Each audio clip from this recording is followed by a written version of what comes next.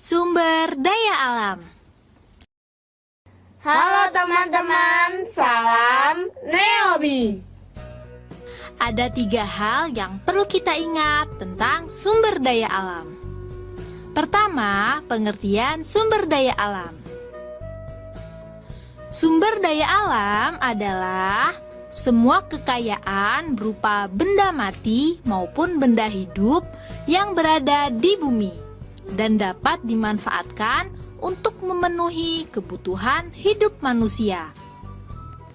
Kedua, macam-macam sumber daya alam. Teman-teman, macam sumber daya alam atau SDA itu ada 3 loh, yaitu berdasarkan jenis, berdasarkan sifat, dan berdasarkan proses. Berdasarkan jenisnya ada sumber daya alam hayati dan non-hayati. Apa ya perbedaannya? Sumber daya alam hayati itu sumber daya alam yang berasal dari makhluk hidup. Contohnya, tumbuh-tumbuhan dan hewan. Manfaat bagi manusia antara lain sebagai bahan makanan. Contohnya, buah-buahan dan sayuran. Sebagai obat-obatan yaitu ginseng dan jahe. Sebagai bahan bangunan, contohnya pohon jati dan pohon kelapa. Sedangkan sumber daya alam non-hayati yaitu sumber daya alam berasal dari makhluk tak hidup. Contohnya air, sinar matahari, dan tanah. Manfaatnya bagi manusia antara lain sumber minuman. Contohnya air mineral. Sumber penerangan, contohnya sinar matahari. Bahan bangunan, contohnya tanah atau pasir. Selanjutnya, kita akan membahas sumber daya alam berdasarkan sifatnya. Ada sumber daya alam yang terbarukan dan sumber daya alam tak terbarukan. Sumber daya alam terbarukan adalah sumber daya alam yang dapat disediakan kembali setelah habis digunakan. Sumber daya alam terbarukan mempunyai sifat pulih kembali. Dengan sifat pulih tersebut, sumber daya alam dapat terus digunakan. Contohnya, air, tumbuhan, dan hewan. Air termasuk terbarukan karena selalu mengalami pembaruan. Pembaruan tersebut terjadi melalui siklus air. Tumbuhan dan hewan merupakan sumber daya alam terbarukan karena mengalami pembaruan juga loh. Pembaruan tersebut terjadi karena tumbuhan dan hewan dapat berkembang biak.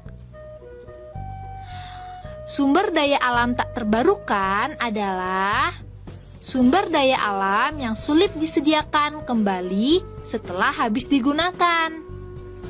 Sumber daya alam tak terbarukan sifat pulihnya sangat lama.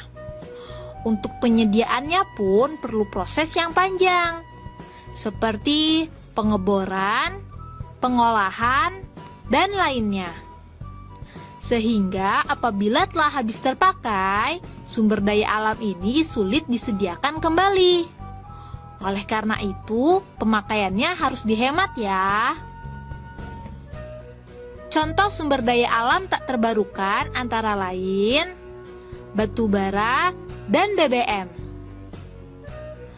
Batu bara dimanfaatkan sebagai bahan bakar pembangkit listrik, produksi besi, dan baja, bahan bakar pembuatan semen, dan lainnya. Sedangkan BBM itu bermanfaat sebagai bahan bakar kendaraan, bahan bakar kompor, dan lainnya. Sekarang kita akan mempelajari sumber daya alam berdasarkan prosesnya. Apa saja ya?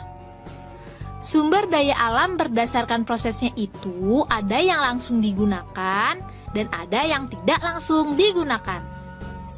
Sumber daya alam langsung digunakan artinya sumber daya alam yang bisa dikonsumsi tanpa perlu teknologi.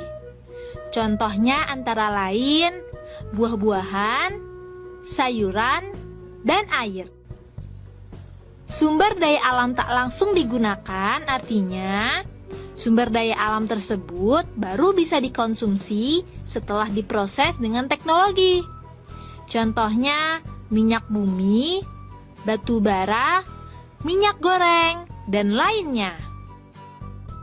Ketiga, sumber daya alam dipengaruhi oleh lingkungan.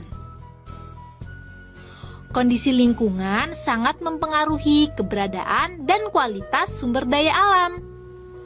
Lingkungan yang terawat membuat sumber daya alam berkualitas baik. Contohnya, air sungai yang bersih dan ikannya sehat. Sedangkan lingkungan yang tercemar membuat sumber daya alam berkualitas buruk. Contohnya, sungai yang tercemar, airnya menjadi kotor dan ikannya mati. Nah, itu tadi beberapa hal yang perlu kita ingat. Diingat-ingat ya. Be smart, be happy.